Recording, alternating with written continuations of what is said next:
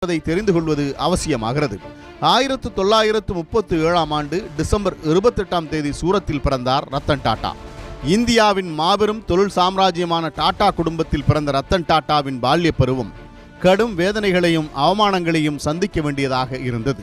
டாடா சாம்ராஜ்யத்தை நிர்மாணித்த ஜாம்ஷெட்ஜி டாடாவின் மகன் ரத்தன்ஜி டாடாவின் வளர்ப்பு மகனான நாவல் டாடாவுக்கும் டாடா குடும்பத்து பெண்ணான சோனு டாடாவுக்கும் திருமணம் நடத்தி வைக்கப்பட்டது. அந்த தம்பதிக்கு பிறந்தவரே ரத்தன் டாடா. தந்தை நாவல் டாடாவுக்கும் தாய் சோனு டாடாவுக்கும் இடையே அடிக்கடி சண்டைகள் ஏற்படுவதை தினந்தோறும் பார்த்து ரத்தன் டாடா கடும் வேதனை அடைந்தார்.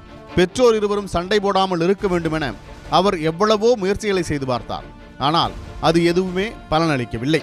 ரத்தன் டாடாவுக்கு 10 வயதாக இருக்கும்போது அவரது பெற்றோர் இருவரும் பிரிந்து சென்றனர்.